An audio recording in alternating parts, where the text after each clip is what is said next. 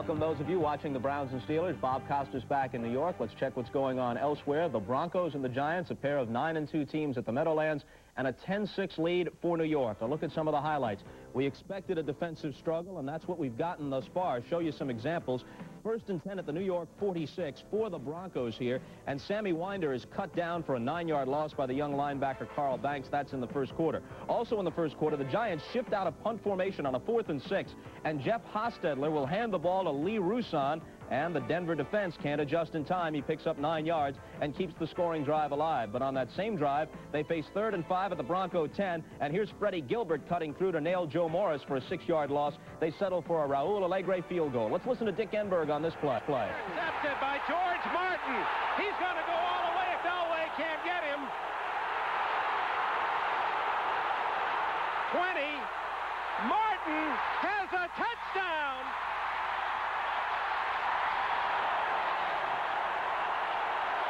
Prior to that play, late in the second quarter, Denver had led 6-3 on a pair of Rich Carlos field goals. The Giants, after the Martin interception return of 78 yards, lead 10-6 at the half.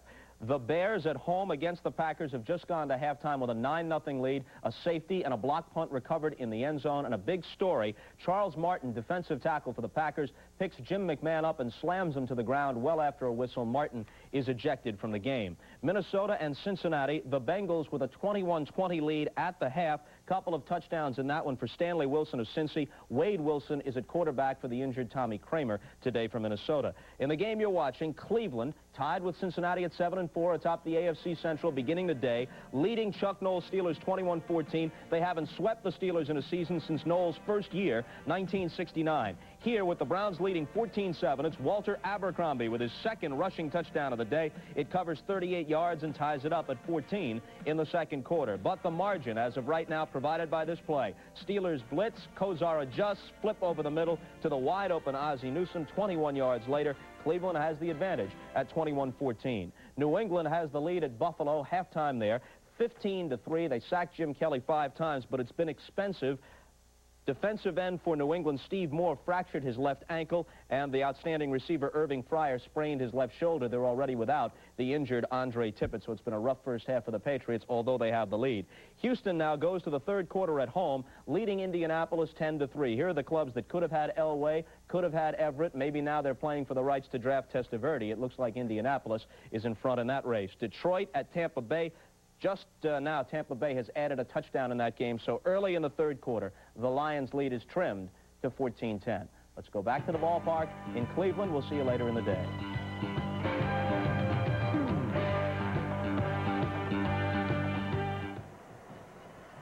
(21-14) is the halftime count. The Cleveland Browns in the lead on the Pittsburgh Steelers, going for their first season sweep of the Steelers, 2 games since 1969. That's how hard-fought this series has been, as right now the ground crew is out there attending to some of the wet turf, natural grass field. This is the only time all season the Steelers will play on natural grass. Little chopped up turf. It rained very hard before the game. It was torrents of rain coming down when they warmed up. It's held off pretty much during the game.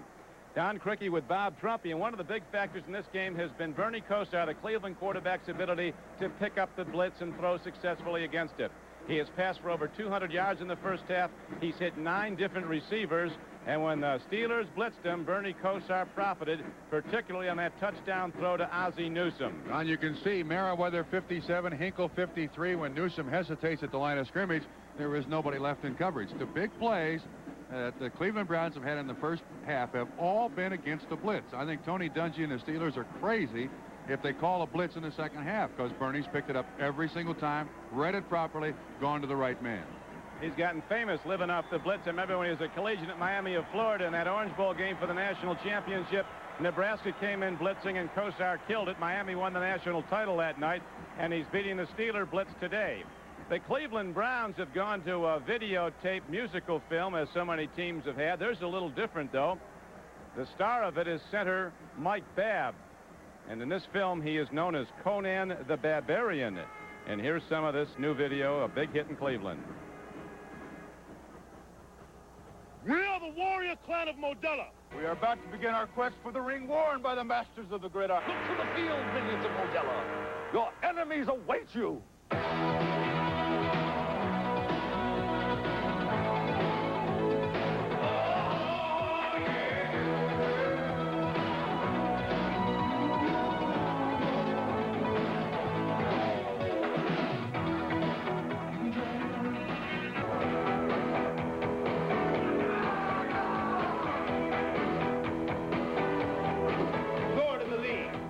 something that belongs to us. We mean to have it. Give him the ring, my lord. It is rightly his. Silence, worm. Not so easily won, barbarian. You shall have one fight to finish, and it will be your last. There's the Barbarian in his work clothes, Mike Babb. I don't know how that'd sell in Pittsburgh, but it's a hot property here in Cleveland, Trump.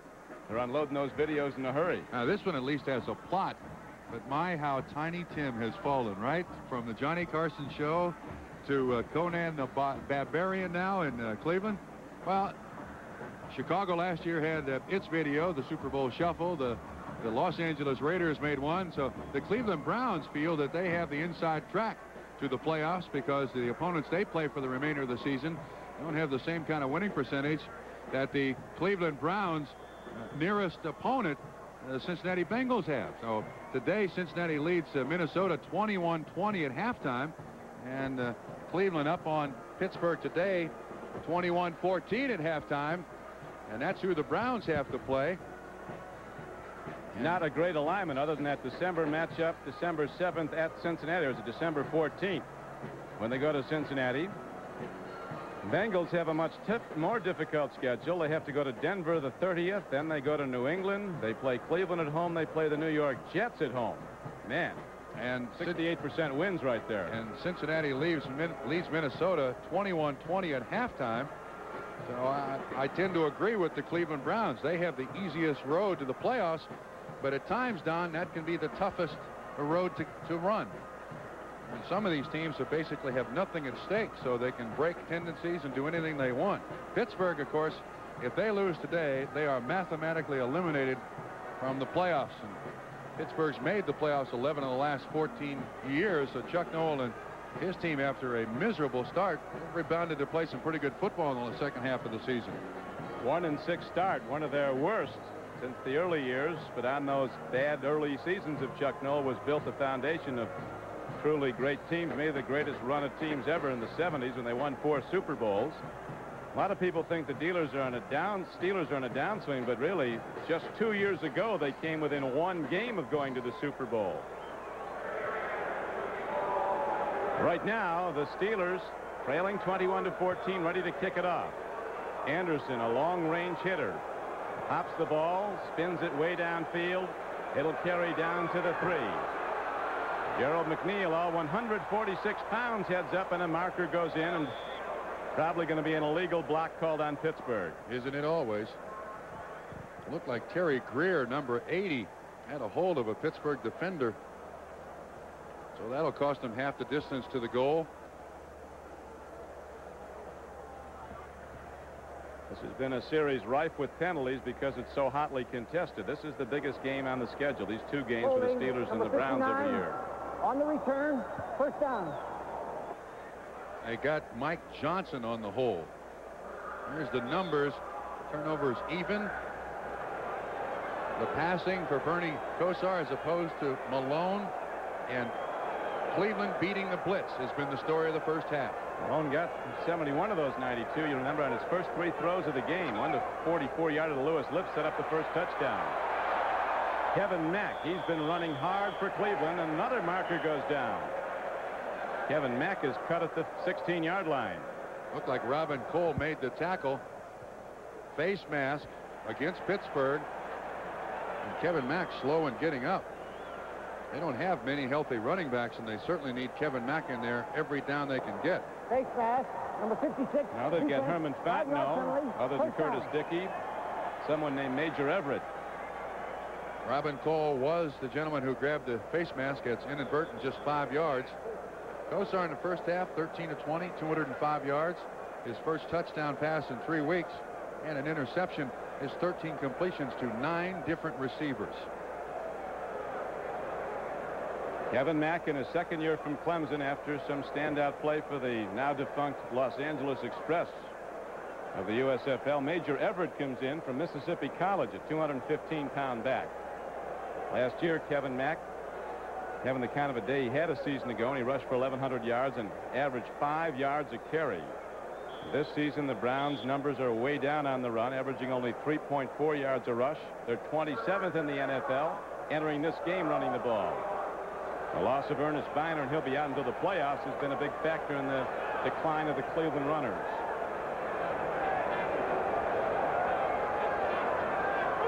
Slippery footing where the Browns are going from here. Kosar, first down throw to Brian Brennan, who makes a rare drop. 14:21 to go in the third quarter. Cleveland by 7. No gloves on Brian Brennan, you notice? I know you never wore them, right? I didn't like him, still don't like him. 78-yard touchdown return of interception by George Martin of the Giants, the biggest play of this day so far. Houston looking to send the Colts down to their 12th consecutive loss of the season. Now Kosar and the Browns set to go, second down and 10. Let's see it. Pittsburgh blitzes. They're blitzing. Here comes Hinkle. They pick him up. Another throw. The ball is caught, but only out to the 25-yard line. It'll bring up 3rd and 5. And I don't think Pittsburgh considers that a blitz. If one linebacker comes, they had a 3-man rush, and I think Hinkle was the 4th. They didn't. I don't think they blitzed there. They ran total zone coverage. And one thing about football is it's a game of adjustments, and if they beat you with a blitz in the first half, I think you're crazy to go back to it in the second half. Cole makes the tackle, brings up about 3rd down and 5, I'd say. 3rd and 5 it is. Swirling wind. It's at Kosar's back right now. Normally it comes in off the lake. They're moving towards the open end of Cleveland Stadium, and 80,000 are here again. Brennan and hold it again. This time it would have been a sure first down out to the 35. And so on their opening drive of the third quarter, the Browns offense goes 3 downs and out and has to punt the ball to Pittsburgh. First long yardage situation for Pittsburgh in the second half. No blitz. Gary Dunn, 67, puts the pressure on. This one should have been caught. That's 2 drops by Brennan to begin the second half. Rick Woods is back now for the Pittsburgh Steelers. Gossett, who hit his first and only punt, 57 yards.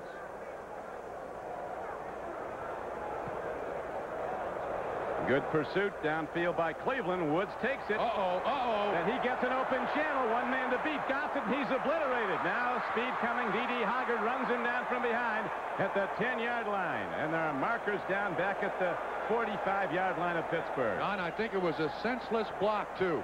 Absolutely a senseless block. A 37-yard punt, a 52-yard return. And if the player does not make the block, the Cleveland Brown player does not make the tackle. It looked like Larry Station, number 90, hit somebody in the back. Absolutely senseless. Illegal use of the hand, pushing the back, number 90 on the return. Big as life. If he doesn't touch that guy is not a factor in the return. Now we'll see if we can pick up number 90 and exactly what happens. It'll happen to the left. I don't think that guy makes the tackle if Station doesn't hit him. I mean, Woods ran right by him. That was clearly an illegal block. Say that D.D. Hoggard's got some gas in his engine. He's the one that came from behind, but it comes back, and now the Steelers go for their first series in the third quarter from their 37-yard line. Gothard in motion. Here comes Jackson. Hard running Ernest Jackson led the American Conference in rushing when he was with San Diego. They drafted him. Led the National Conference, so was among the leaders with over 1,000 yards at Philadelphia. But he was cut last summer by Buddy Ryan, who did some cutting. Among the people he cut was the starting free safety for the Browns, who's been outstanding, Ray Ellis. There's Larry Station, the man on the block. Rick Woods, the returner. They killed Pittsburgh's field position to begin this second half. And I notice Eddie Johnson's coming off here. He's got something wrong with his shoulder. He made the tackle there. Eddie already with the flu today, and he's being attended to on the sideline.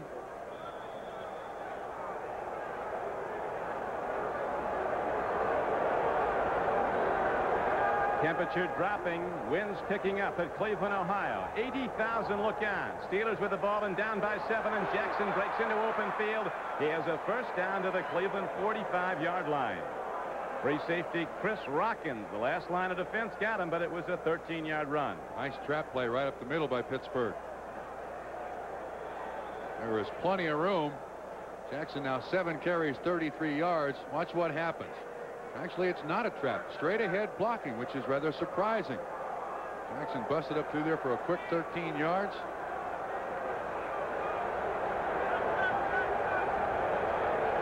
(21-14). Browns in the lead. Steelers driving. Malone with a good play fake, buys time and screens it to Ernest Jackson, but Clay Matthews is right there to get him. That didn't fool anybody. Abercrombie, the running back who released down the field, was wide open. They chose to cover Jackson and let Abercrombie go. Smart choice by Cleveland. He's saying there's nobody there. Come back and fake that screen. Abercrombie's open down the middle. Giants have extended their lead over Denver to 13-6 in an Allegre field goal to open the third quarter. Cincinnati with a 1-point lead on Minnesota at the moment as Malone stands and fires and has an open man, Gothard. The big tight end from Alabama. Head down, Bulls for another 2 into the 28-yard line. It is a 19-yard Steeler gain. And for Dixon, the man in coverage, and the thing that made that go was lots of time for Malone to look around. He seems to have an eternity back there. There's nobody really with much pressure on him. He's got a clear lane to look down the field, and eventually receivers are going to get open. It's zone coverage by Cleveland, and Gothard ran right through it. Hanford Dixon on the tackle. First down, Pittsburgh.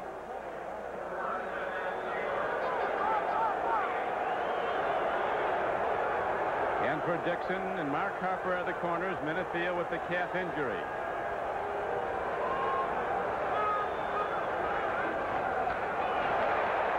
Camp.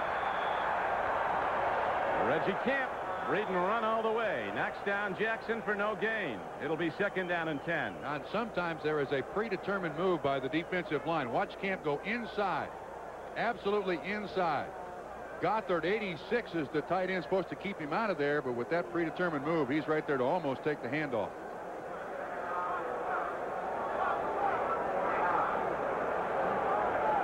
Camp is big, a third-round draft choice out of Cal at Berkeley.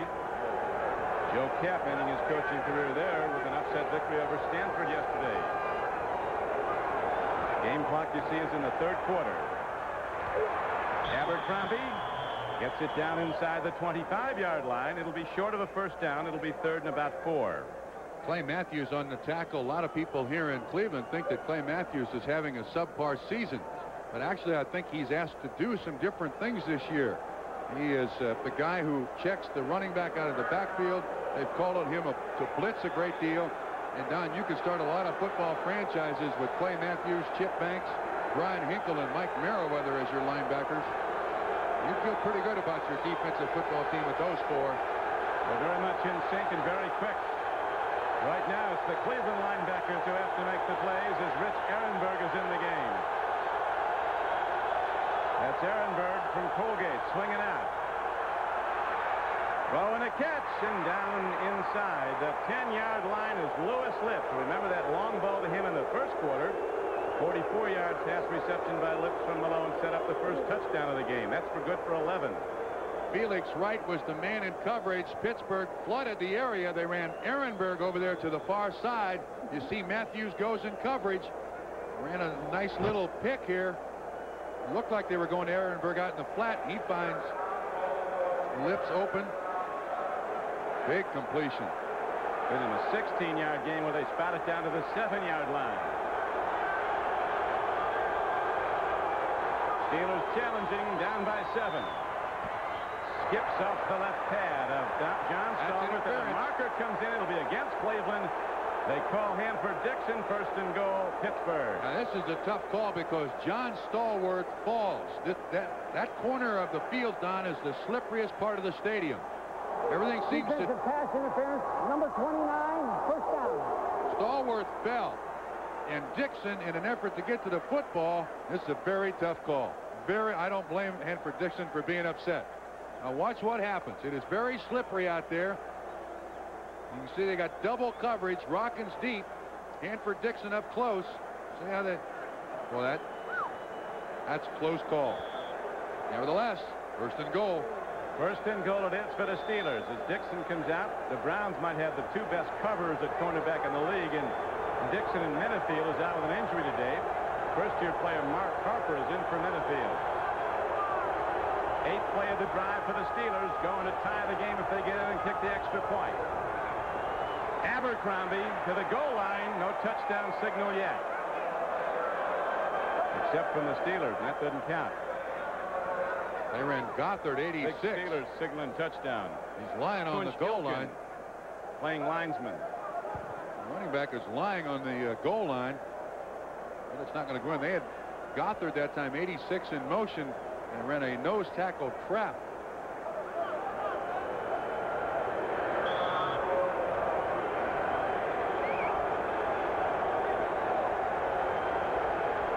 Abercrombie has 2 touchdowns already today for the Steelers.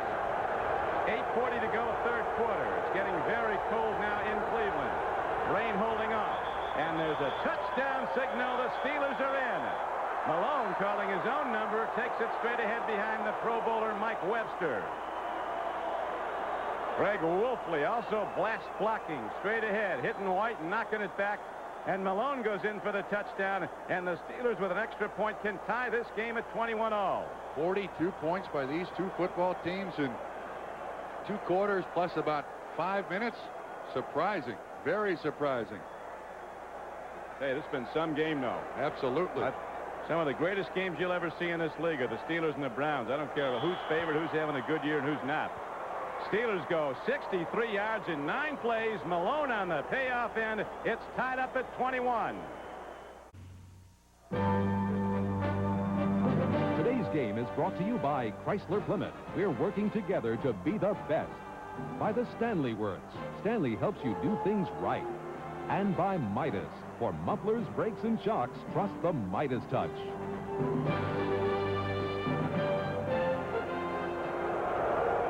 Kevin Mack with a bruised knee. Report from the bench, he will not return. His replacement, Major Everett, has 1 carry in 1986 and no catches. So now the kickoff downfield in this tie game, and here comes McNeil. Gerald McNeil, the ice cube, and the Steelers very cautious about covering him after that 100-yard kickoff he ran back. Not a good sign, icing down the knee. They've already had their share of injuries with Ernest Biner on the injured reserve list. Now Kevin Mack with that knee injury probably scares everybody in Cleveland to death. And notice, as opposed to Major Everett, it looks like they have Herman Fontenot in the ball game. Excellent receiver out of the backfield. No, it is Major Everett. Kosar with 14 completions and 23 throws, 209 yards. Only 5 in the second half. 1 touchdown, 1 interception. He's looking. Swing pass goes out to Harry Holt, a tight end, and Holt is out across to the 27-yard line. Gain of about 4 on the play. Mike Merriweather was in the stop for the Steelers. Cleveland lucky to gain any yardage. Merriweather was right out there with Harry Holt. Holt does a great job to pick up 3-4 yards. Gary Dunn, the nose tackle for the Steelers. Keith, Gary, and Edmund Nelson are the pass rushers now. Merriweather, Little, Cole, and Hinkle back the line.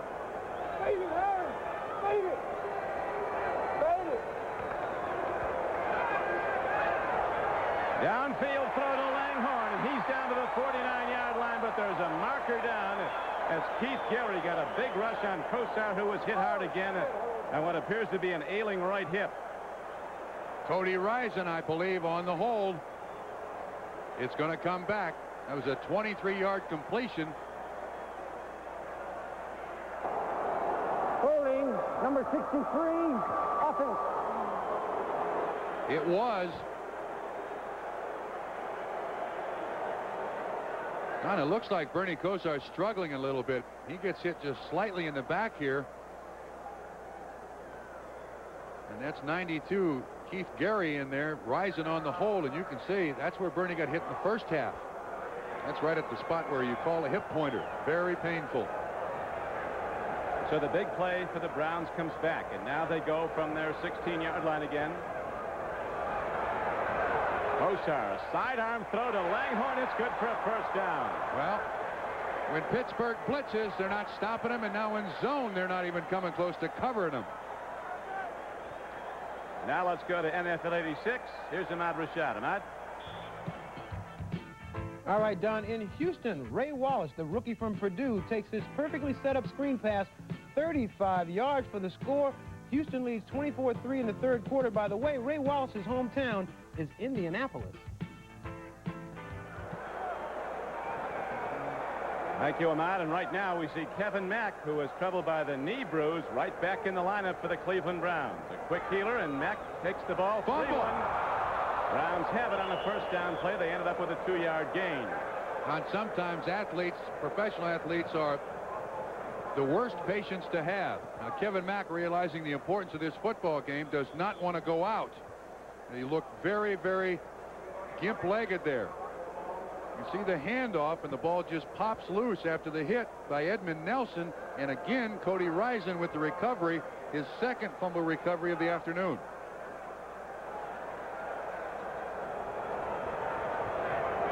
Second down and almost 9 as Mack again gets some tough yards, and not very many, maybe 1 or 2 straight ahead.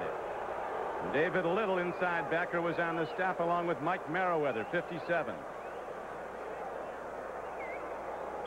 Mack's lost a little of his gusto, though. He doesn't have that first step he had before he banged up the knee.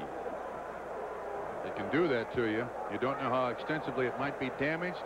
And so Marty's saying, look, are you all right? Tell me the truth. Are you all right? If not, get out of there. We'll get somebody else in the game. Steeler defense sets up deep in the secondary for zone coverage on a 3rd down and 8 play for Kosar and the Browns. Now they bring 9 men up. Here's an all-out blitz. Kosar gets it away. And look at the catch for a first down. Reggie Langhorne comes down with the ball. And again, Kosar beats an all-out blitz with a 21-yard gain on 3rd and 8. By all rights, there's no way Cleveland can pick up all those Pittsburgh defenders blitzing the quarterback. But they got just enough of them. Kosar puts the ball up, and Langhorne runs up underneath it. You can see Woods 22, Donnie Shell 31, right up at the line of scrimmage. 28, Fontenot does a great job. He picks up 1. They did a great job. Now watch the catch. Whoa! That is a game-breaking catch right there. Probably the toughest play of this game to execute, and the Browns did it perfectly against an all-out blitz. Now they keep the drive alive. Handoff goes to Curtis Dickey. Steelers get him after a gain of about 3 down to the 38-yard line. Cincinnati still holding to the 1-point lead over the Minnesota Vikings. The Bengals the other co-leader with the Browns starting today in the AFC Central. Buffalo with a second field goal from Scott Norwood, getting back in the game at Foxborough against the Patriots, who've won 6 straight. Houston blowing away Indianapolis. The Colts have run up the white flag.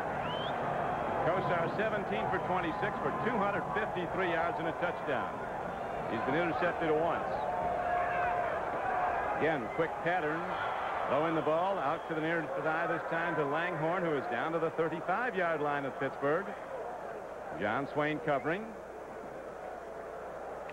3rd and 3, Trump. Don, you got to give a lot of credit to Lindy Infante. He has really orchestrated an offensive game plan here to cover any possible thing that the Pittsburgh defense would show and has shown today. Cleveland has not been mystified, has not been stopped by anything that Pittsburgh has done. They've read the blitzes. Bernie's read the coverages. Watch the trap right up the middle right here. Brian Brennan in the slot at the top of your screen. Kosar takes a look. He fires. He goes to Brian Brennan. It's a first down for Cleveland. Kosar's hurt. They banged him again. Same spot. Rick Woods and Mike Merriweather. He's a long, lanky kid. He doesn't have a lot of meat around his hip, but he's a tough kid. He waits for Brennan. And when he's dragged down, he kind of lands on his hip. That's really bothering him. You can see that. Gotta have a hip pointer. That's got to be a hip pointer.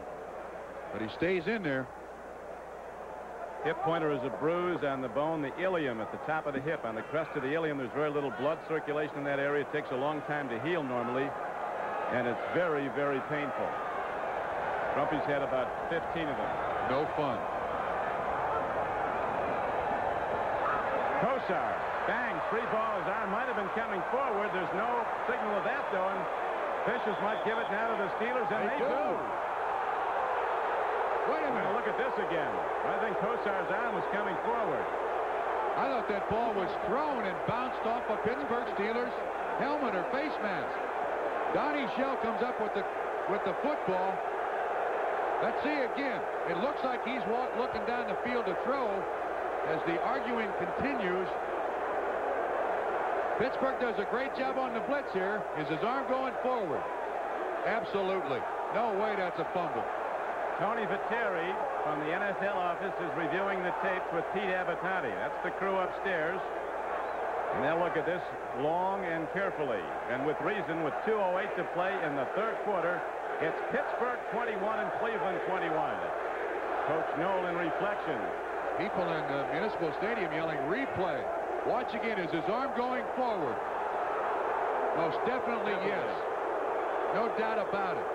And the officials see it that way too, because now we see offensive and defensive players out there. And now it's going to go as a fumble, and the Steelers are going to get the ball, and they're going to look to put it in play in a hurry. And wisely, Hanford Dixon has his helmet off and is disrupting play. He doesn't want him to get a play off that would make it official. Now they're talking again. There's no way in the world that can be a fumble. That's exactly what the replay is for. You're looking for indisputable evidence, visual evidence, and there was no doubt in anybody's mind, even in Pittsburgh, that ball was going forward. He cocks his arm, and he hits 96 right in the head with it. Anthony Hinton. Look at that. That's a pass. That's an incomplete pass. Right hand was directly forward of his body when he was hit. Now we see the official coming to the sideline. They've got it now. Cleveland's got the ball. Coming out, and the Browns offense is coming back out. Now here's Chuck Knoll, who felt the officials cost the Steelers the first meeting this season with Cleveland. Well, when Chuck Knoll sees that replay, he's got no argument. He has no argument whatsoever. Here's another great look. Arm going forward from behind the quarterback. Most definitely. Absolutely a correct call by the upstairs official, Viteri and Abercrombie. And so the Browns drive stays alive. And instead of a fumble and a Pittsburgh recovery, Cleveland has the ball second down and 10, the 10th play of their drive coming up. It is a tie game in the cold of Cleveland Stadium. What a football game. 2:08 to play in the third quarter. The Browns favored and looking to hold at least a share of first in the AFC Central. The proud Steelers, who would be mathematically eliminated if they lose today. Swing and a catch. Kevin Mack hangs his way down to the 18-yard line of Pittsburgh. Donnie Shell on the tackle, and Don, that's a gutty performance by Kevin Mack.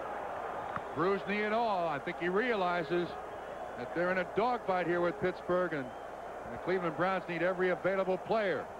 When Mack releases through the line of scrimmage, basically no one there at all to cover him, and Clayton and Shell stop him, but it's a 9-yard pickup. Give it to Pazzulli.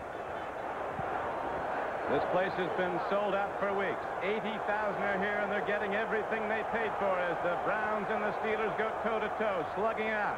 Straight ahead, Kevin Mack dives on down to the 15-yard line of the Steelers. First down, Cleveland.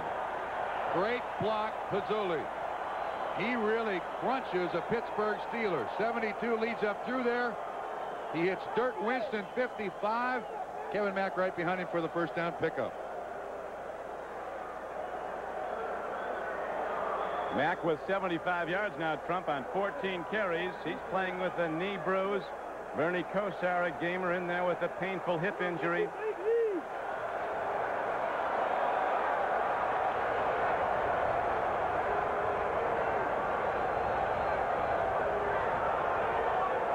See this, the 12th play of this drive.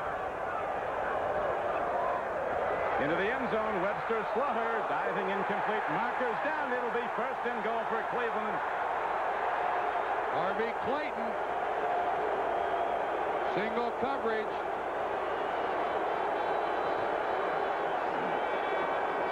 If the defender has his head back looking for the football, the flag will not be thrown. Defense, pass interference from the 33, first down. The fans in the open end of Cleveland Stadium, that end zone, there's something. That's the dogs back there. They bark. Is there contact? They bite. Well, I tell you, Clayton's got his head turned around and looking back at the quarterback. They come when called. Nevertheless, though, intended for Slaughter, ends up being an 11-yard penalty. First and goal, Cleveland. Cleveland defense, there they are, the dogs. They throw dog bones. They wear dog. There's something there. The end zone fans at Cleveland Stadium. Pitch back goes to Curtis Dickey. He of the world-class speed strides in without going down. And the Browns break another tie, and Cleveland takes a 27-21 lead. Kevin Mack with a big block to break him through. Curtis Dickey with his 4th touchdown of the season. Listen to Cleveland Stadium in celebration, saluting the Browns.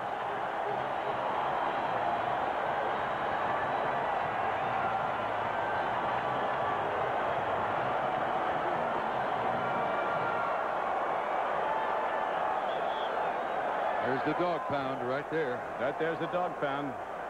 They're barking.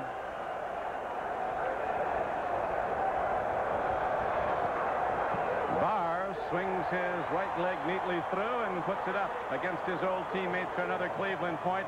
And now, after a 76-yard drive and 12 plays, took 7.5 minutes. Here is the go-ahead touchdown for the Cleveland Browns. A pitch back to Curtis Dickey, a lead blocked by 34, Kevin Mack. He took out Swain, and Dickey goes in standing up, and it's a 28-21 game Browns. Now the Steelers ready to get it back. Deep kick. Bahr ate a big breakfast. He knocks it down, and here comes Sanchez, averaging over 30 yards a return today, and he's got another big one for Pittsburgh.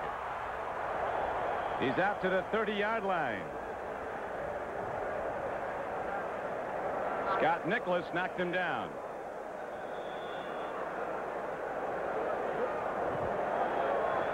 .51 seconds to go in the 3rd quarter. We'll be back after this.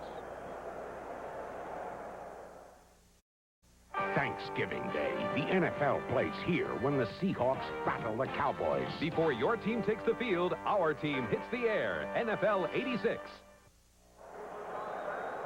Reminder, there's a special edition of NFL 86 coming up Thursday, Thanksgiving Day, here on NBC Sports at 3:30 Eastern Time. Frank DeFord will talk with Mark Bonacani, that young linebacker from the Citadel who went down with a crippling injury a year ago but is fighting his way back. Visit with Roger Staubach and much more prior to Seattle at Dallas. Kosar on the sideline now after leading the Browns to the go-ahead score. And Walter Abercrombie, who's having a big day, runs the ball for Pittsburgh. Chip Banks finally makes the tackle. The Steelers have run an awful lot to that right side. They're running at Reggie Camp and at Chip Banks, the linebacker. Sometimes this guy is shocking what he can do. It looked like that time they got the corner sunk down. Double team block. Gothard and Lewis Lips still out there to assist on the tackle. 19 seconds to go in the 3rd quarter. 28-21 Cleveland. Steelers have been rallying back all afternoon. Malone gets time. Takes a look. Got a man. A beautifully executed pass play to the veteran John Stallworth. Out to the 48-yard line for a 14-yard Steeler gain. In front of Hanford Dixon, too. That cushion once again too much between defensive back and receiver. Good play action fake. It holds the linebackers at the line of scrimmage, and then Malone guns it out there. Dixon almost there to make the knockaway, but a completion for Stallworth. Having a pretty good game today. Finally back in the offense, contributing. It's what Stahl likes to do. 1 play to go in the 3rd quarter. It's been something, a full quarter to go. 1st and 10 Steelers. Jackson fighting his way. He stopped after a 2-yard gain. He gets ahead for 7, and the 3rd quarter ends. With the Browns in the lead 28-21. We'll be right back after these messages from your local station.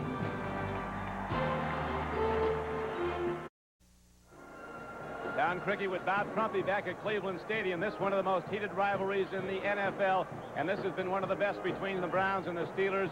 An unusually well-played game where there have been 6 different lead changes. Each team has been able to answer with a drive. Now, Pittsburgh has got to come back with an answering drive. Both have been able to use an awful lot of their offense, different formations, Pittsburgh has stayed away from the blitz defensively, kind of shut down Cleveland a little bit, but now it's up to Malone again to get him down the field. Mark Malone, the veteran from Arizona State. He waited 5 years on the bench behind Bradshaw. Now, Abercrombie with that breakaway move. He takes it inside the 40 and down to the 37-yard line. Abercrombie really coming on. He had a good season a year ago, 857 yards rushing, and he's on target to break that. 10 minutes more possession time by the Browns. It doesn't seem that way. Yards passing certainly in favor of the Browns. 7 points separate the two teams. Abercrombie with 79 yards and 12 carries. And again, the Steelers like to run at Reggie Camp and Chip Banks. Gothard a good block that time on Banks, and Abercrombie catches the corner. Night is now setting in northern Ohio. Gotten colder, wind kicking up off the lake. Malone, overhand throw, and Stallworth takes it in Tays as Hanford Dixon rips him at the 29. Dangerous throw. Dixon very near to an interception on that. Don, I tell you, I think Pittsburgh's setting up the stop and go, the hitch and go. The cushion is still there. You can see Dixon a good 5 or 6 yards off when that ball was thrown. He did a great job in recovering, but Stallworth is now ready for the hitch and go. A pump on the short one and in the end zone. Single coverage again, far side. Malone sprained his thumb in the first Cleveland game and missed the next 2 games when Brister was in. Jackson running hard, takes it down to the 18-yard line. He's a powerhouse at 5'9", 205 pounds. Rockins, the free safety, got him for Cleveland, but it's 11 yards downfield. It's a first down for the Steelers. That was a sprint draw. I'm telling you, both of these teams have pulled out all of their offenses today. They faked, or Abercrombie goes in motion, and Malone rolls a little bit, spread out the defense, and Jackson just popped right through there. Stallworth and Lips are on the left flank. Webster down over the ball at center, ready to snap it back to Malone. Time again, receiver again, Abercrombie, but he can't elude Ray Ellis, the strong safety of Cleveland, and the tackle is made at the 17-yard line. Excellent tackle, too, by Ray Ellis. Didn't buy that first fake. Stood his ground right there. Cincinnati now extends its lead to 4 points over the Vikings in a tough one now in the fourth quarter at Riverfront Stadium. The Bengals the other co-leader in the AFC Central. With Cleveland, the Steelers, after a 1-6 start, looking to win their 4th game in the last 5. They have to win to stay mathematically alive in the playoff chase. Kosar is warming up on the near sideline, troubled by a hip bruise, staying loose rather than sitting down, letting it tighten up. 2nd and 8. Incomplete to Lewis Lips at the 10-yard line. Harper had the coverage. Browns came with a blitz. Harper did a great job there. Lips, a very, very nifty receiver, faked the end and then stopped right dead in his tracks. Let's see if we can pick it up. This is nice coverage by Harper. It should come right back into the picture. Both looking back at the football. Incidental contact. Malone now 12 of 20, 155 yards. And an interception. 9th play of the drive coming up. And here come the Steelers, down 28-21. 4th quarter, 12:44 to play in it. Listen to this crowd. Looks like blitz. Here comes Banks. A roar from 80,000. A throw and a catch to Lewis Lips and a penalty marker down. Would have been a foul call against the Browns had he not caught it, but the play will go. As Lewis Lips is down to the 5-yard line. Beat Harper. They'll take the play, not the penalty. That was a nice little slant pass run by Lewis Lips. Malone standing right there. You can see Hanford Dixon Harper is trying to lobby a little bit. Pass interference, Cleveland. Decline. It's 1st and goal, Pittsburgh. Oh, they have answered. Each team has answered. Let's see if we can pick it up. When Lips breaks to the inside, you allow contact in the first 5 yards. But as the ball is thrown, I don't know where the interference is. They're both looking back for the football, so you do allow contact, but the catch is made anyway. So now the Steelers align. 1st down and goal. 5-yard line of Cleveland power formation.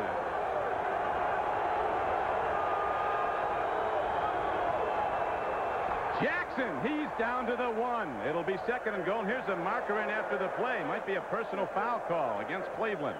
Might be also a face mask. Yeah, it is a face mask, and I guarantee you when you're down there just trying to make the tackle, you'll grab anything that gets in your hands. 56, if Pittsburgh scores here, 56 points scored between these two teams going into the 4th quarter. Shocking. Over and under took a beating. Face mask, number 29, defense. Still first Nobody down. bets. Telling you, for Pittsburgh to answer these drives by Cleveland with scoring drives, this one started at their own 31. A spectacular performance by Pittsburgh today, regardless of record. Malone, I don't know if he got there. Now another marker comes in. Steelers going to keep getting free plays here, first down till they get in. Now we have a signal for a touchdown. Linesman came in late. It is a touchdown, and again the Steelers are an extra point away from tying the game. Malone scores it, his 2nd of the day on a quarterback dive. Face mask, number 56, defense, decline. Touchdown's good. You know, both of these football teams have been playing pretty good defense over the last several weeks. Very good defense. That's what brought really the Steelers back. They gave up so many points early. Destroyed in the opener 30-0 at Seattle. Well, the Steelers in the last 4 games have outscored their opponents 90-38, giving up 28 points today.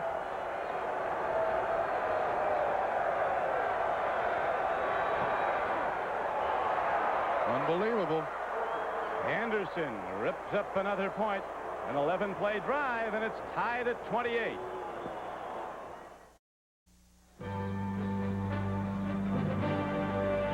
Today's game is brought to you by the heartbeat of America, today's Chevrolet.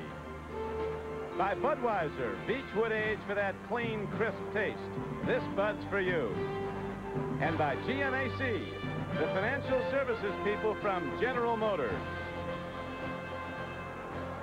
This is Don Crickey with Bob Trumpy, Cleveland Stadium on a cold November day. Mark Malone of the Steelers has just busted in a sneak for a 2nd touchdown, and again we're tied in a game that has had 7 lead changes. Counting the ties when one has come from behind, and now the return as the Steelers have done a very good job containing the dangerous Gerald McNeil, the man who beat him for, look at this guy, looks like he's out there for the pass, punt, and kick. Greg Carr came down to get him, and we'll be back after this. The Miami Hurricanes, currently rated #1 in the country and headed for a showdown for the national championship on NBC Sports in the January 2nd Fiesta Bowl. And how many $1 million worth of quarterbacks to figure that is, Trump, on one team? That's about 20 with Earl Morrall, the guy in the shorts, is their coach. Jim Kelly, Bernie Kosar, the Browns quarterback, and Vinny Testaverde, who's going to go #1 in the next draft. Game tied, 28 all, 11:55 to play. Kosar with a sidearm strike for a first down out to the 40-yard line as Herman Fontenot comes out of the backfield. Fontenot played at LSU, came to Cleveland as a free agent. His brother's one of the coaches with LSU, Marty Schottenheimer's brother. He recommended him. It's been well worthwhile. That's good for a 16-yard game. I think, Fontenot too. with 29 receptions this year. I think that's the 10th receiver now that's caught a pass from Bernie Kosar this afternoon. Spread it all over the place. Webster Slaughter, near side of the lower portion of your screen.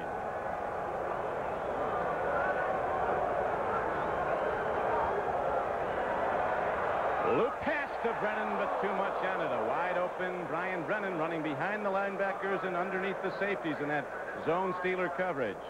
Well, that's one of the few times we've seen Bernie outthrow the receiver. Very seldom. He put enough air underneath that ball. Brennan almost makes the catch. They got the right call. They got the right defense. You can see 57 Merriweather trying to run with Brennan just slightly overthrown. Langhorne goes wide to the right now. As you see the passing numbers, Kosar with 290 for Cleveland. Last time he played here, he had 401 against Miami. Loop throw, and Slaughter comes down with the ball, and he's not done. Webster Slaughter flies on down to the 27-yard line. The rookie from San Diego State. Clayton and Shell finally got him, but they did it 33 yards from the line of scrimmage. On the man in coverage was Brian Hinkle. It'll come from the left-hand side of the screen. Watch down at the bottom. You can see that Slaughter right over the outstretched arms of Brian Hinkle.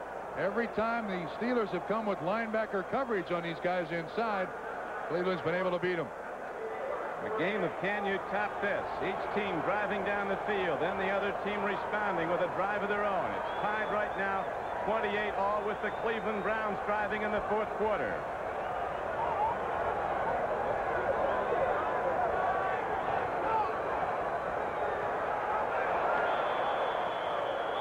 Second down and 10 coming up. Looked like Keith Willis might have had a piece of the ball, or Anthony Hinton. Denver gets a third Rich Carlos field goal to come back within 4 of the Giants in the fourth quarter. Chicago, with McMahon back, still not getting much offense. Leading the Packers. Vikings still trail the Bengals at Cincinnati by 4. Bills get yet another field goal from Scott Norwood to come within 6 of the New England Patriots. Tampa Bay's about out of business also. Ball's going to be tough to handle. It's really getting cold in Cleveland now, but the rain's held off. All-out blitz. Kosar throws. Is it caught? No, it is not. Loose ball, incomplete at the 23-yard line. Kosar now 22 of 35, 322 yards, a touchdown and an interception, and has not been sacked. The Steelers came with the blitz that time. Merriweather from one side. You see 56 Cole from the other side. It's also Hinton in his face. Almost a great catch. Raul Alegre just kicked another field goal for the Giants. He's been their offense the last couple of weeks. Denver's going to lose twice in Giant Stadium in the same season. Once to the Jets and once to the Giants. Good chance they'll have to play the Jets there in a playoff game, too. 3rd and 10 for Kosar, and Cleveland, and Bernie's on the run. Firing on the run into the end zone. It's not near to a completion. It looked like he had room to run, but he elected not to. 4th down arises, and now Matt Bahr, who must be doing weightlifting or something in the offseason because he's kicking his kickoffs a lot farther this year, is out to try a long field goal. This ball is intended for Herman Fontenot. Bernie doesn't like to run the football at all. He'd much prefer throwing it. A reminder, too, as Matt Bahr comes on for this 45-yard field goal, he has that bad toe. It hasn't really affected him so far today with his kickoffs, but it's got to hurt when that ball hits. Be a 45-yarder. He missed in the 39. That's enough. But it's wide. It hooks left. And so the Browns sustain drive again without points. And the Steelers in this tie game take over the ball, 1st and 10.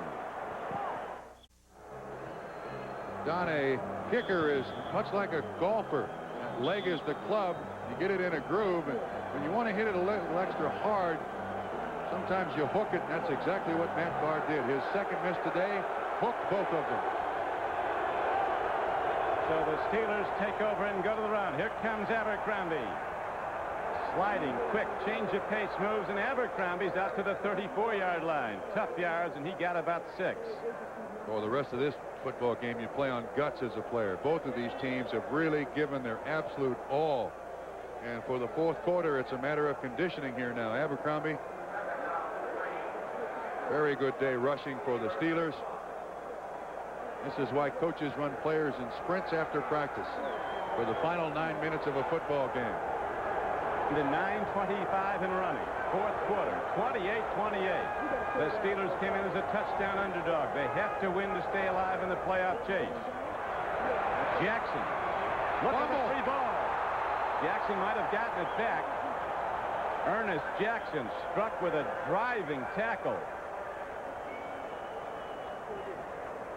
Pittsburgh still has it. Well, you can see they're dragging out there, Don. Watch what happens. Clay Matthews, 57, strips the interference. Comes up. That's a hit, though, by Hanford Dixon. And the ball bounces Pittsburgh's way, right to Ernest Jackson.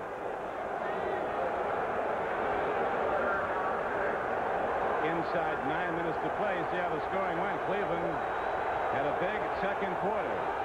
Pittsburgh has been balanced. Touchdown in each quarter.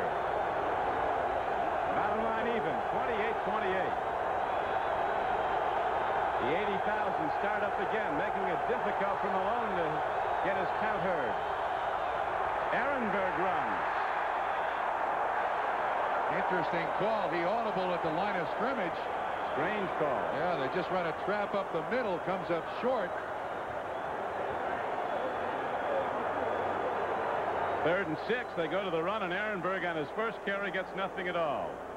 They've had so much success with the quick hits to Stallworth and Lips, and yet they go to the trap there. There's the ice cube, Gerald McNeil, getting those gloves ready. Like he's ready to catch a porcupine. Loosen on those thick gloves. This would be tough to handle as a porcupine. He's going to let it roll. Down to the 28-yard line, a 38-yard punt. And the Browns go on offense 1st and 10 when we come back to Cleveland.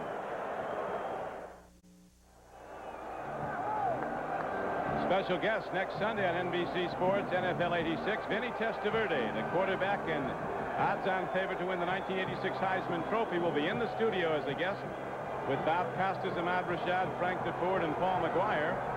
And next Sunday, some more interesting matchups. The Steelers head into Chicago to take on the world champion Bears.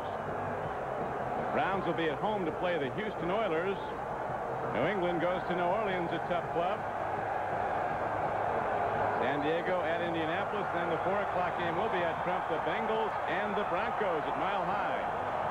Bengals holding to a slight lead over the Vikings in the 4th quarter at Cincinnati. The Browns, the other co-leader along with Cincinnati in the AFC Central, tie with 7:51 as you see to play, 28-28 here at Cleveland.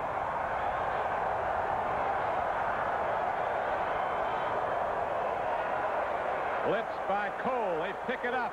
Look at the catch out to the 41-yard line by Herman Fontenot.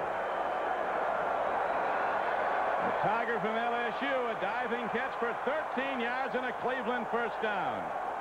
Pittsburgh has not blitzed in the second half. They have not blitzed in the second half, and Cleveland is still beating the zone. Kosar really put something on that. 53 Hinkle, 33 Clayton, right between them. This is what Bernie does. He wins. But he's 59 yards in the Pittsburgh end zone. Pitch back, Mack. Big league tackling by Clayton, the right side corner. Driving tackle on the big runner. And the thing that the Cleveland Browns players are commenting about Bernie Kosar is in these situations, 7:06 to go, tie score, he is so darn cool. Nothing bothers him. Just follow me, guys. I'll get you to the end zone. Well, that is his task right now. The first final of the day is in. Detroit with a big, easy win over Tampa Bay. Tremendous and intense crowd reaction here at Cleveland Stadium. 80,000 look on. It's been sold out for weeks as Kosar on 2nd and 9. Hurries his throw and gets it up to Webster Slaughter. Hit very hard as he gets to the 49-yard line, 2 yards short of a Pittsburgh first down. Cleveland first down. Eric Williams, the man in coverage, and he's still on the ground. Looked like the heel of Webster Slaughter came up in the face of Eric Williams. Hey, those Steelers did some headhunting too of Slaughter when he was going down. I think he got kicked. Watch the Steelers come in. You can see 21 at the bottom of the screen. He's expecting Slaughter to go all the way over. Bernie does a great job of getting that one off. And then the tackle. Hinkle makes a play on the ball and on Slaughter. But it's Eric Williams, the free safety for the Steelers, who's down. He may have also made a play on Williams. I don't think he got kicked. I think he got forearmed right in the head by his own teammate. This telecast is presented by authority of the National Football League. It's intended for the private use of our audience. Any rebroadcast or other use of this telecast without the express written consent of the Cleveland Browns and the National Football League is prohibited. Williams goes off under his own power. He must leave for at least one play. Pazzulli comes in. Lead blocker once again. Cleveland has been very good in their 3rd down conversions. Ryan Brennan leads the Browns in receiving, 5 for 87. Slaughter's cut 4 for 76. Langhorne has 4 for 54 as they go in a power formation, 3rd and 1. Mack, full gainer over the top, first down Cleveland.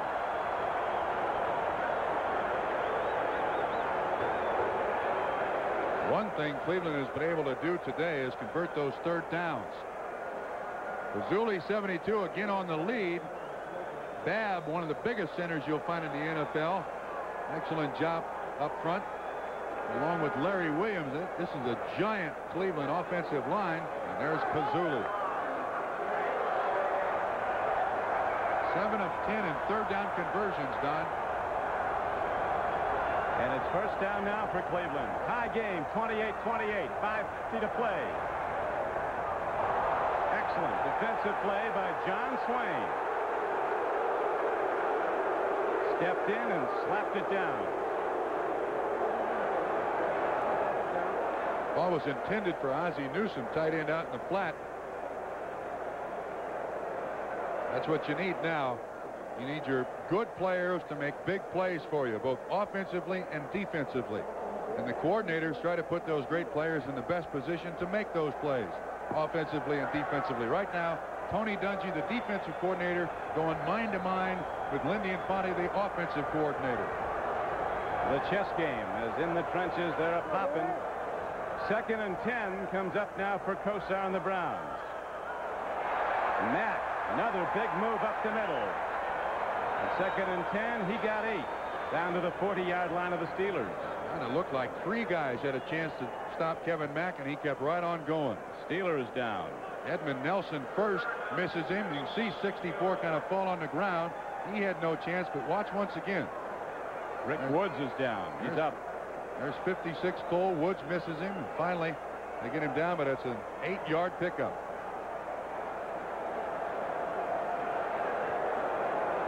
Rick Woods, a valuable all-purpose player for the Steelers from Boise State, trots off as the ball is now down to the 40-yard line of the Steelers with 3rd down and 2 coming up. And you talked, Trump, about that excellent conversion ratio of Kosar and the Browns on 3rd down.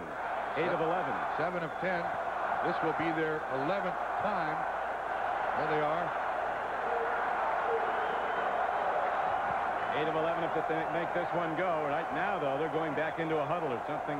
They protest to referee Pat Haggerty about. John Swain goes to the Pittsburgh sideline with equipment problems, and you can't do that. Stay in the game. Well, now Rick Woods comes back in, and that's illegal.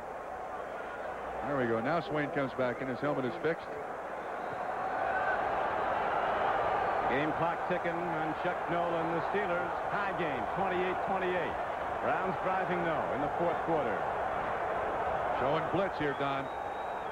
And they go run, and they got it. They do have it down to the 37-yard line. Running hard for the Browns was Curtis Dickey. 8 of 11 third downs converted to first downs. Browns looking now, Trump, to run a lot of clock off if they can and get in sure shot field goal range at least, although you can look for Kosar to go for the big one before long, too. Matt Bahr has missed 2 field goals today.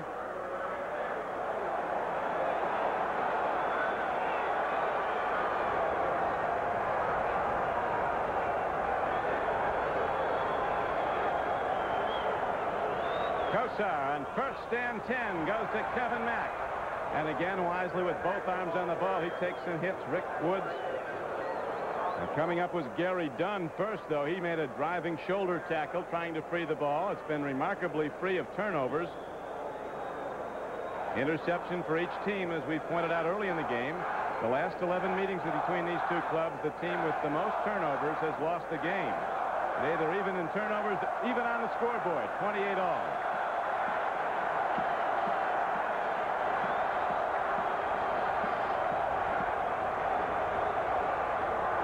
Fans up and cheering.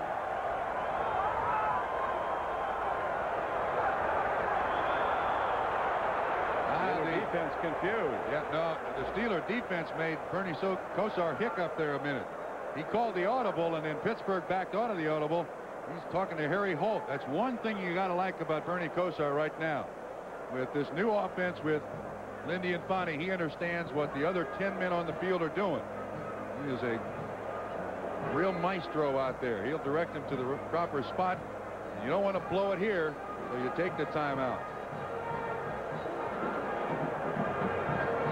3:23 to play in the fourth quarter. We might be playing more than 4 quarters in this one. I'd like to see that. It's been super. 9th play of this drive coming up. Browns using up 4.5 minutes on this drive to what might be a winning field goal attempt. The Steelers have responded time after time. They jumped out to the lead in the first quarter. Opening drive, they went right down the field, scored, and on an Abercrombie plunge from a yard out, and it was 7-0. Then the Browns scored 21 points in the second quarter. It was 21-14 at halftime. Matt Bahr, a man thinking about, he likes to talk about the most important kick. He said it's not your last one, it's the next one. It could be today. Bahr's longest ever, 52 yards this year. Gary Anderson's longest kick ever this year, 45 yards. Bengals still holding to that 4-point lead over Minnesota. Buffalo, it would be a major upset. They hold on to beat the New England Patriots. Bills have lost 21 in a row on the road. 2nd down and 6 for the Cleveland Browns in this tie game. Kosar against the blitz, swings it out, overthrows Kevin Mack. Merriweather was in pursuit, and Kosar was flat on his back at midfield when the play ended. Keith Willis all over his face. That's one powerful guy, Keith Willis. Tell you one thing, though, after as much as Kosar was hit last week against the Raiders, he's not timid at all. He stands right in there. And also David Little in there to also cause some pressure. That time the blitz worked. They finally got to him. Lots of throws for Bernie Kosar, number 41 of the day, coming up right now. 3rd down and a long 6. Steelers bring the blitzers up. They're trying to get him to change the play, Don. Here they come. Quick throw and a completion. It might go the distance. Webster Slaughter is down to the 12-yard line as Kosar again beats the blitz. What a football play. And what a football player. 23 yards on the catch. That's twice. There is no way that Kosar should get the play off. And twice, Cleveland has handled it perfectly. And Slaughter was sensational. Webster Slaughter, a number 2 draft choice. He was the first player that the Browns had in the draft this year. They had no number 1. Bernie almost fell down. Slaughter just runs a little slant. Everybody on the offense has got to recognize that the blitz is coming. Everyone does. And even stumbling, he makes the completion for a 23-yard pickup. 2:26 to play. Game tied, 28-28. Browns driving on their home field. Second back, Dickey, as these Cleveland backs have been now counseled, keep both arms on the ball. The tough Steelers hunting footballs all afternoon. Defense calls the timeout. 9 more seconds, they wouldn't have had to use one. Well, but they can use that 2-minute warning as an extra timeout. So they're very smart. Your defense calls you timeouts because the defense can't stop the clock. The offense can stop the clock. Incomplete passes, balls thrown out of bounds. What a catch. Boy, the Steelers are going to look back at this game film and wonder if they're ever going to blitz again. They will. They've eaten a lot more people up with it than they've lost to. Well, Kosar and Cleveland, right next to Marty Schottenheimer in a brown hat with the headset on, is Lindy Infante. He's the offensive coordinator. Has done an excellent job. You can see him right there talking to Marty, talking to the coaches upstairs. There he is right there. And it takes a lot of teaching to make your team comfortable facing a 9-man blitz. And even though they've looked a little bit rushed today, Cleveland has handled that blitz on all but one occasion. Once again, look at them. They're all over the place there. Both safeties up in, everybody's blocked. They let the outside go, and Slaughter runs the 5-yard slant. Beats Harvey Clayton in the coverage. And it's a 23-yard pickup. Now, Kosar now 25 of 41, 366 yards. Cleveland with one of the NFL's biggest offensive lines, averaging over 280 pounds a man. Size against the blitz is of little consequence. It's recognition, and they have recognized. A lot of training went into this effort. 12th play of the drive now for the Browns, looking to break a 28-28 tie in the fourth quarter. Kosar, swing pass. Herman Fontenot breaks a tackle, and Fontenot's down to the 7-yard line, but well short of a first down. We're now down to the 2-minute warning. Ryan Hinkle and Edmund Nelson were on the stop. We'll be back to Cleveland Stadium after this. A tense afternoon for Art Modell, the owner of the Cleveland Browns, in what has been a tremendous football game. The Cleveland Browns and the Pittsburgh Steelers tied 28-28. Don Quickie with Bob Crumpy as we're down now to 2 minutes to play. The Browns driving, and if they do score points, can the Steelers respond? They have all day. Both of these teams superbly prepared for their opponents. I mean, Pittsburgh has done the job offensively. Defensively, they've been picked apart by Bernie Kosar. Every time they blitz, Bernie's come up with a big play. But this is one of the best games I've seen executed in 1986. Both teams have played very, very well. Both coaches got to be extremely pleased with the way their players have performed, too. That's what it's all about. The Browns and the Steelers on a Sunday afternoon, playing it out for 60 full minutes with everything they've got. And the last 2 minutes could be a long one, a long period of time on the regular clock, because there's going to be a lot of execution and strategy used down the final stretch of this game. Blitz again, Don. Pitch back goes to Kevin Mack, and the Steelers are there to knock him down for a loss. And Mack, who is troubled by the bruised right knee, appears to have re-injured it. That almost illustrates this game. Down in the mud and dirt and pain, this game has been played. It looks like somebody took a shot right at his leg as he was going out of bounds. I'm not saying anything was illegal. That's exactly the way you try to get him out on the ground. Hinton has the outside control and loses it. And then it looks like Donnie that's Donnie Elder. Kind of bends his right knee a little bit, and I believe that was the one that was iced earlier in the game. I'll tell you one thing, these Steelers, they come and hit them. Elder right there. Looks like he might have hyperextended it slightly. So that brings up fourth down, and with 1:55 to play, Matt Bahr, who's not succeeded yet today, he's missed from 39 and 45 yards on previous field goal attempts, ready to try a 25-yarder. And if you notice where Gossett, the holder, is, there is absolutely no spot on the field worse than the spot where he's going to place it. He's concentrating. Look at that little rock.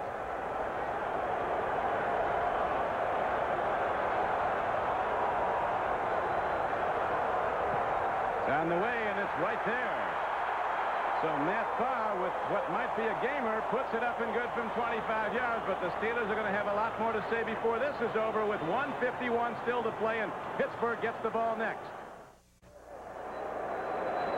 It's been something in the cold at Cleveland, Ohio. The Steelers and the Browns renewing their rivalry, as heated as any in the NFL. And the Browns looking to sweep the Steelers for the first time, 2 games won in a single season since 1969. But the Steelers still have time left, and down by 3. Pickoff will carry out of bounds. And so Bahr, who just hit the field goal that put Cleveland ahead 31-28, will now have to kick it over from his 30. Watch when the placement is made. Bahr's foot, the plant foot, in just terrible, terrible position, slips. He's still able to get it through. Don, at this point, the Cleveland Browns have won 7 games. 5 of the 7 wins by 3 points. If they keep Pittsburgh out of the end zone, it'll be 6 of 8. Denver on a touchdown run by Sammy Winders come back to tie the Giants with 1:55 to play, and the Green Bay Packers have taken a 10-9 lead over the Bears at Chicago. Meanwhile, Cincinnati continues to lead by 4.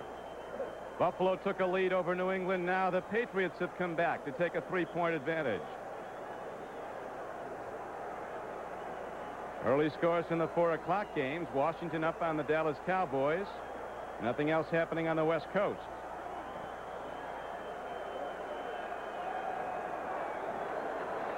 On that kick that went out of bounds by Matt Bahr. A lot of teams now in the NFL try very hard to divide the team into 3 sections on kickoffs, and they try to hem the returner to one side of the field.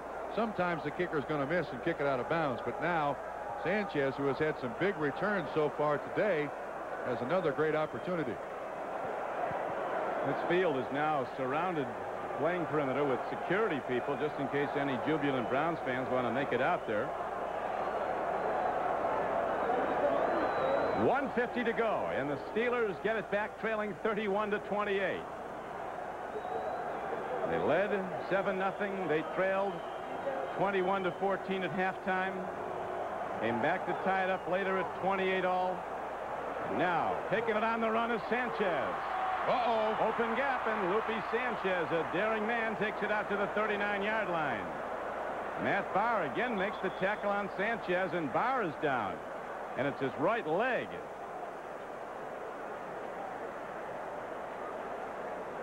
Tell you, Sanchez today has done one thing on these kickoff returns. Watch this again from. He has caught him going full speed. Great timing catching that ball. You see Bahr, top of the screen, number 9, and he's the emergency tackler. Oh, he kicked him. He kicked him, and that popped his knee out. Thank God that happened after that kick, that field goal kick, and not before.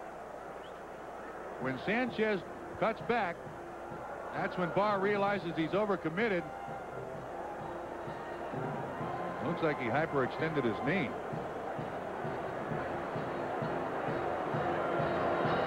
Here's the final scoring now from Cincinnati. The Bengals hold on to beat the Vikings 24-20. So Cincinnati goes to 8-4 in the NFC Central, heading into Denver next week. The Vikings about out of business in the NFC Central. Harry Holt, a tight end, is the Browns' emergency kicker. We know Big Harry can kick it hard, but we don't know how accurately. Matt Bahr goes down, making the tackle on the kickoff of Lupe Sanchez. Our producer today for NBC Sports, David Neal. Our director, Andy Rosenberg. The executive producer of NBC Sports is Michael Weissman. The coordinating producer for football is Ted Nathanson.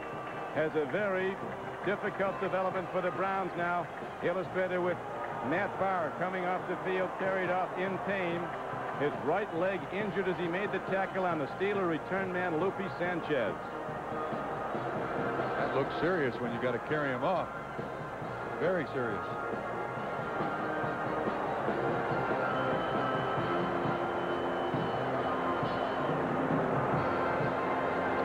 I'm sure Marty Schottenheimer hopes that he doesn't need a field goal kicker yet today. Look at these numbers.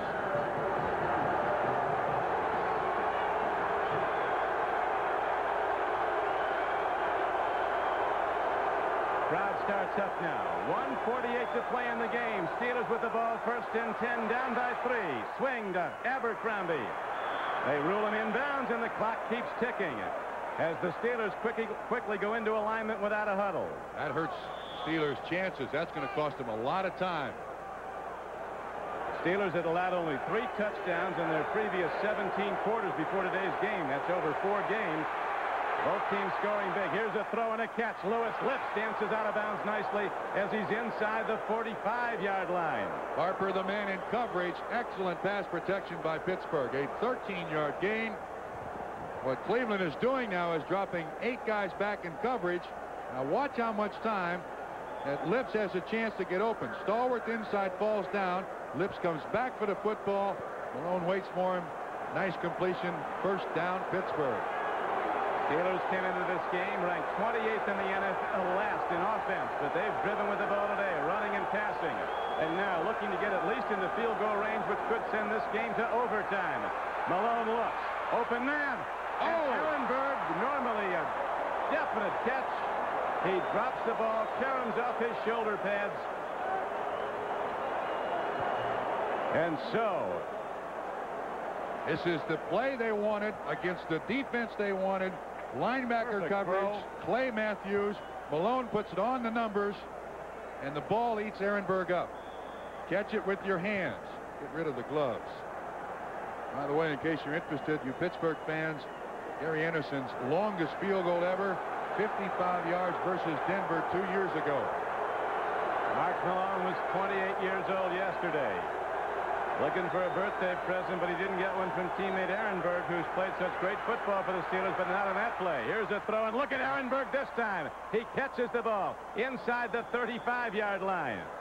So Ehrenberg misses the easy one and then makes a brilliant diving catch to bring up 3rd down and 2, and the Steelers want a timeout with 1:06 to play.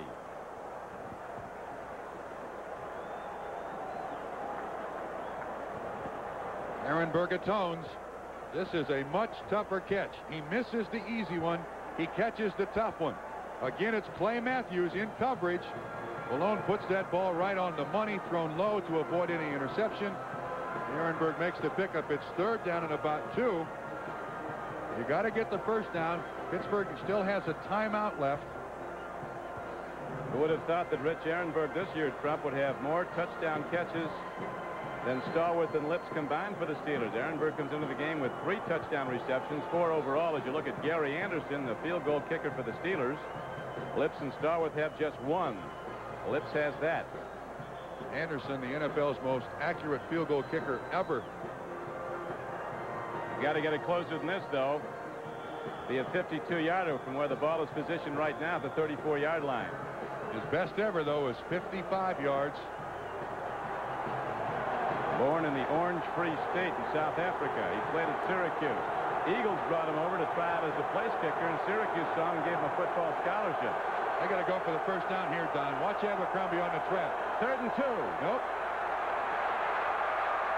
Ehrenberg makes the first down catch. So you know what the Steelers think of Ehrenberg. After he drops one, that's right where they go when the game is on the line. And Ehrenberg responds with 2 diving catches. He's got a hand signal to his offense. This is a set play, whatever it is. 45 seconds left. Draw play. Running with the ball is Walter Abercrombie, and he would have gone a long way had he not been tripped up by Dave Pazzulli. Once again, from the line of scrimmage. Noel wants him to get that offense going. Down to 24 seconds. Browns lead by 3. Malone wisely keeping the ball low where the Cleveland defenders can't make a play on it. It's too low, though, for John Stallworth. This is something game. This is something that every team practices once a week. They usually spend almost a day on the 2-minute offense. Pittsburgh has done an excellent job. Started at their own 40, gotten the ball down the field. Dixon here in single coverage. Great job of just getting in John Stallworth's way. Now 3rd down and 8. 18 seconds left. They got a timeout left, Pittsburgh does.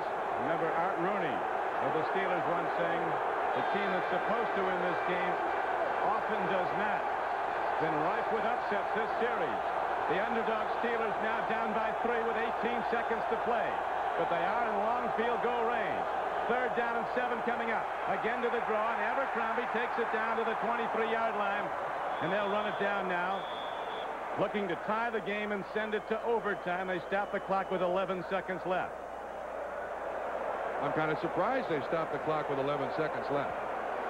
It's 4th down and 3 or 4. Well, they want to be sure if there's a snap and... Well, it's 4th down, though. They don't have another chance. But there's always the chance of a penalty or something would give them another play. Well, you know what, heck can't end on a penalty. Correct. Any penalty on the defense would give Pittsburgh a first down. One year the Browns were rolling and the Steelers came in here as a hopeless underdog. John Henry Johnson of the Steelers ripped them on one bleak Saturday night for Cleveland for over 200 yards rushing. Now Anderson ready to try a 41-yard field goal, and listen to this crowd.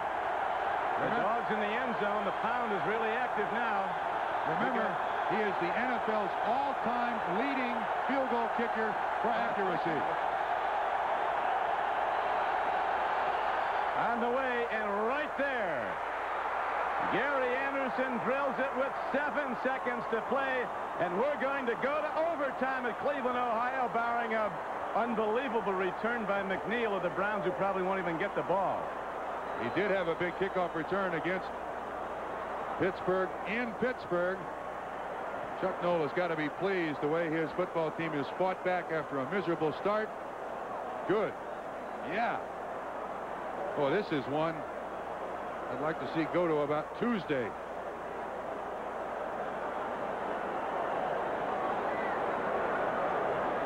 We welcome those of you who have just joined us. Don Criqui with Bob Trumpy, Cleveland Stadium, sold out. 80,000 are here. The temperature has been dropping. There was a lot of rain before the game, intermittent rain during it. It is a wet field, but the game has been excellently played by these two arch rivals from the AFC Central Division. Gary Anderson of the Pittsburgh Steelers just rocketed through a 41-yard field goal with 7 seconds to play to tie the game at 31-all. The Steelers would be mathematically eliminated if they lose this game. And they fought back time and again to tie the Browns. And unless Cleveland does something extraordinary on this kick return, we're going to go to overtime. Gerald McNeil is back. He returned a kickoff 100 yards against Pittsburgh in the first meeting, but he's not going to get it. Scott Nicholas picks it up, runs out of bounds with 4 seconds to play. So Kosar and the Cleveland offense will have a chance to let her fly. Here's the field goal that tied it up. The NFL's most accurate field goal kicker, Gary Anderson, from 41 yards. He's now 9 of 11 on the season. And Chuck Noll's reaction. It's good.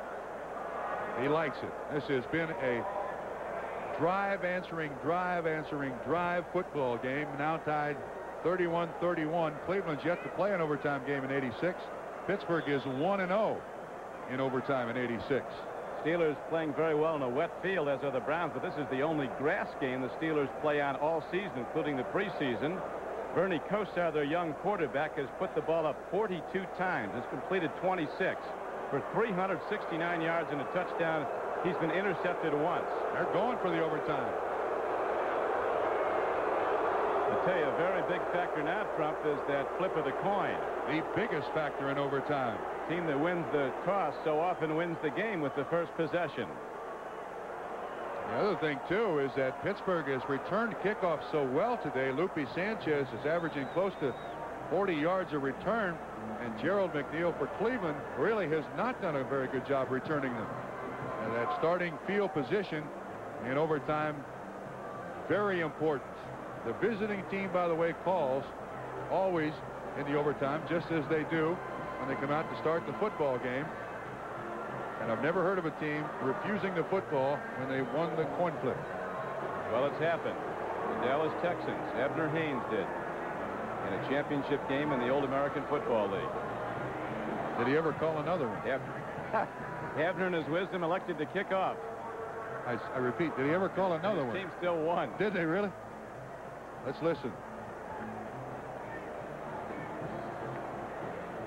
The lucky guy in that group of Steelers will call. Whoever they think is the luckiest. Cleveland gets a big up now as we go to overtime. The Browns have won the toss. Steelers pick the goal they'll defend, and so they want to defend the goal at the open end of the stadium where Anderson just hit the field goal into the wind. It's been a swirling wind. We'll be back to Cleveland Stadium with overtime after this.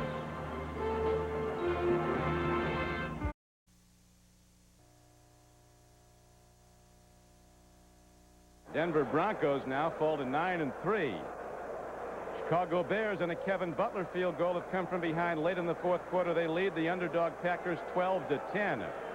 The Vikings fall to the Cincinnati Bengals. Cincinnati now with an 8-4 record. Browns have to win to tie them. A late field goal by New England gave the Patriots a victory over the Buffalo Bills. Right now, Anderson ready to kick it off. He hits the ball hard down the middle of the field, and here comes McNeil, the man who ran one back 100 yards for a touchdown in the first meeting. But the Steelers have been on him all day, and the 146-pound kick returner flies out to the 24-yard line. George Rogers with a touchdown run. The Redskins lead the Cowboys 7-0. Rams have gone in front of New Orleans 7-0, and the 49ers up on Atlanta 7-0. Those 4 o'clock starts. On Kosar's numbers today, 26 of 42, 369 yards, 1 touchdown, 1 interception. Throwing the ball to 9 different receivers on the afternoon. We're in overtime. In one overtime game previously this season, it went the distance. The Atlanta-San Francisco meeting the first time. They played through 15 minutes with no score. It ended in a tie. And you know, this overtime is very tough on coaches. You really don't know what to do. I don't know if you keep the same game plan in overtime that you have during the normal football game. Mack back in the lineup. You certainly don't want to turn the ball over. That's the worst thing that can possibly happen. So I tend to think most offensive coaches would be very, very conservative. Defensive coaches, on the other hand, tell their players, try to strip the ball carrier of the ball. These defenses, particularly the Steelers, have put on some rocket hits in this game. Kosar's playing with a badly bruised right hip. He was limping much of the second half, but he dropped against the rush. Well, that's a rip. Free ball, and the nearest man to it was Mike Merriweather, a Pro Bowl linebacker. But it goes incomplete, and 3rd down and 6 comes up now for Cleveland. Trying to go to Ozzie Newsome, probably the most sure-handed receiver on the team. Merriweather and Swain out there in coverage, double coverage. Remember the critical development after the Browns. Matt Bahr kicked a field goal to put Cleveland ahead 31-28 late in the game. He made the tackle on Lupe Sanchez. He tried to get him, foot whip him, and badly injured his right leg. He was carried off the field. So Harry Holt, a backup tight end, will be the place kicker for Cleveland, and we don't know what Harry can do, and he probably doesn't either. A long ball. They've got to get in the end zone in all probability, Cleveland, as the long throw to Webster Slaughter is overthrown at the 30. And now the Steelers will get it back, and quite possibly in good field position, their first possession of the overtime. Cleveland 9 of 14 now in 3rd down conversion. Second half they were spectacular. Finally miss, and they miss in overtime. Remember too that Barry Anderson is an excellent long distance field goal kicker.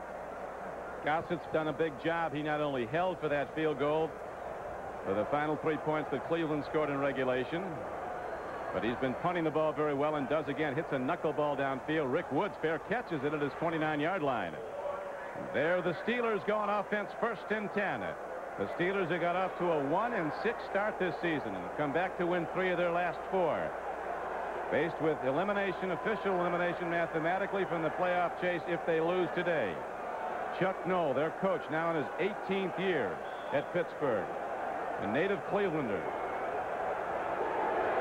Played on 2 NFL championship teams with the Browns and coached 4 Super Bowl winners with the Steelers. He had to go to the other hand to hold all his rings.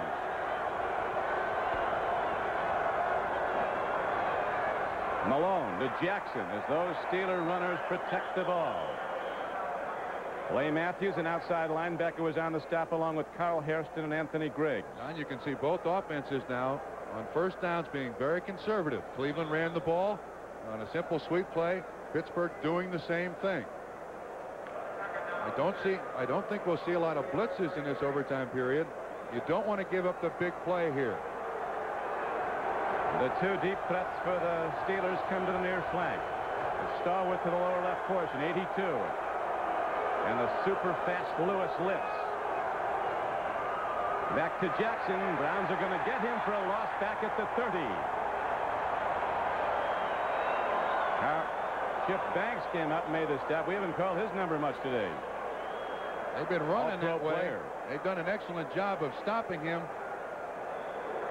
keeping him out of the plays, although they've run that way an awful lot. And again, a very conservative call. Now Ehrenberg in the lineup for Pittsburgh. And that could be very well where they're going. To Rich Ehrenberg. We're in overtime. 31-31. Don Criqui with Bob Trumpy at Cleveland Stadium. Cold in Cleveland. Wind not too much of a factor here on the shores of Lake Erie. Malone on 3rd down. Not close. They have to punt the ball back to Cleveland. Browns get a second overtime possession. Rich Ehrenberg was wide open. He was wide open at the 1st down marker, and Malone didn't see him.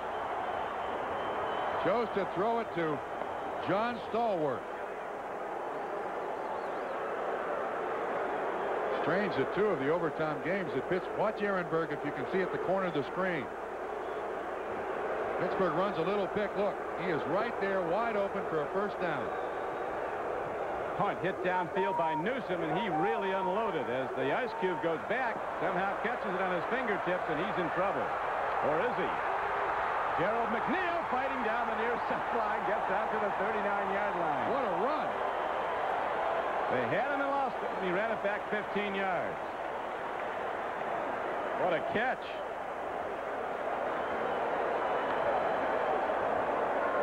He turns a bad play into a big play. It looks like there's no place for him to go here. Chuck Sanders, 45, kind of knocks one of his other players out of the way.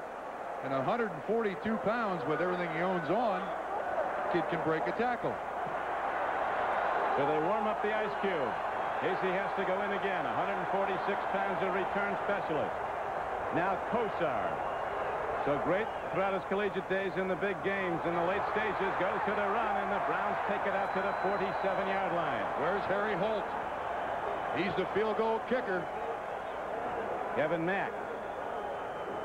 Redskins, who've never lost under Joe Gibbs after a Monday night game, out in front 14-0 on Dallas at RFK.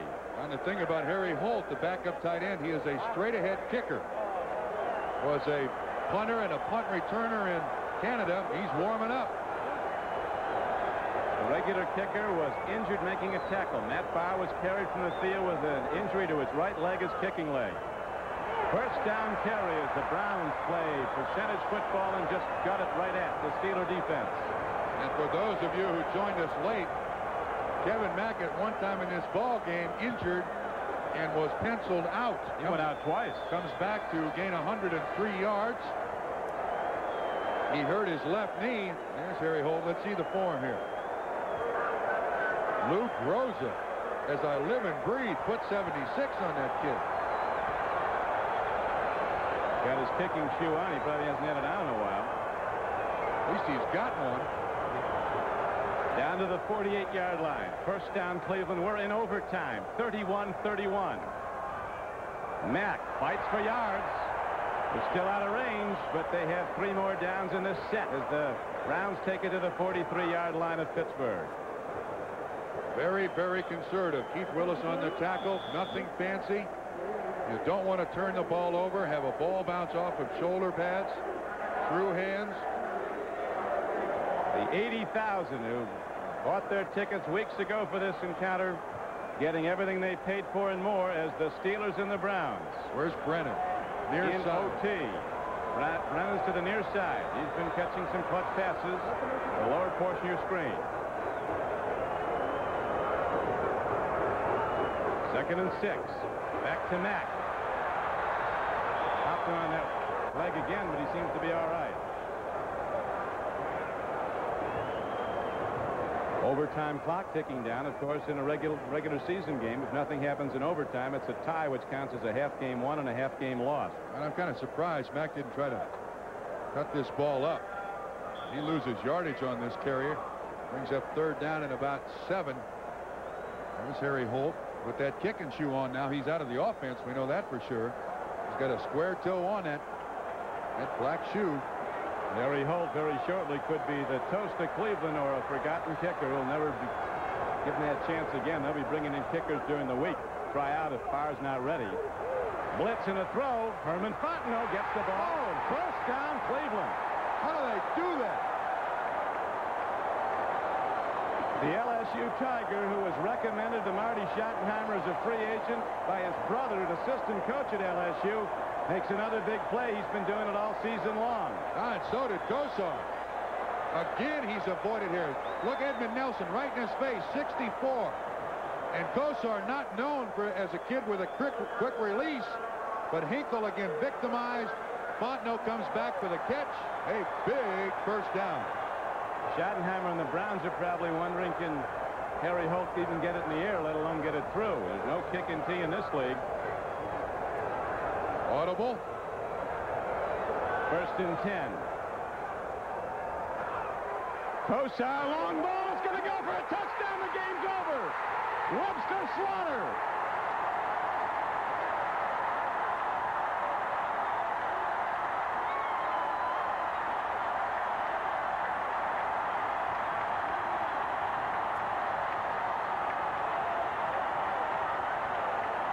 80,000 in celebration. A 36-yard scoring play in overtime, and the Browns go to 8-4.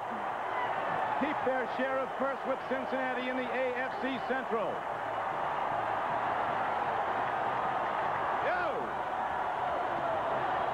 Don, I think they caught the Pittsburgh Steelers thinking. The Steelers thought that all Cleveland was going to do is go for the first down. Donnie Elder was the man in coverage. Bernie Kosar with a career game, 414 yards passing. He had 401 against Miami in a win 2 games ago. 28 of 46. The biggest to the rookie Webster Slaughter in the end zone with the game-winning touchdown in overtime. Donnie Elder is the man underneath. Slaughter wide open.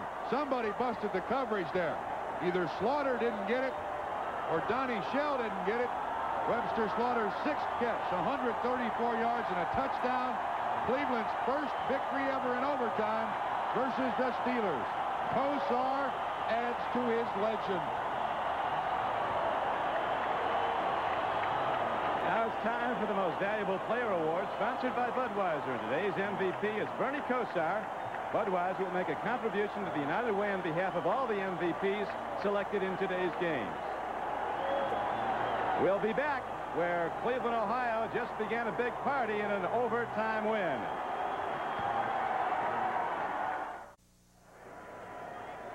What a day this has been on the North Shore of America. Cleveland, Ohio, on the shores of Lake Erie, where the Browns rally to win in overtime on a spectacular play by quarterback Bernie Kosar to rookie receiver Webster Slaughter. Bernie, your numbers, I know you're not aware of them, 28 for 46 for 414 yards, but that last 36 yards was bigger than all the rest put together. Great effort. Thank you. Thanks a lot. Statistics really don't mean too much. The only thing that makes the difference is that W, and thank God right now for this moment. It's a great feeling. Bernie, you threw the ball to 9 different receivers. You beat the Pittsburgh blitz all day long. Once again, an outstanding game plan. Hey, thank you. Thanks a lot. It really felt good to get this one. It's an important game for us in our conference, and looking forward to moving, keeping it up, and going towards the playoffs. I got to go, guys. Thank you. Thanks a lot. All right, Bernie, when you're the most valuable player, Bernie's comments on this play, he made a good read. He does. He's not set. He still gets the ball to Slaughter. Slaughter's 6th catch of the day. And they win in overtime. Off Fallon's throw, falling back, so Bernie Kosar from Boardman, Ohio, a town on the Pennsylvania line. They say half the fans there for the Steelers and half are for the Browns, and the Cleveland people are just happy his dad was a lifelong Browns fan, and this is where he wanted to play. Now, this looks like double rotation zone. Elder's got short and outside. Shell has got deep and outside.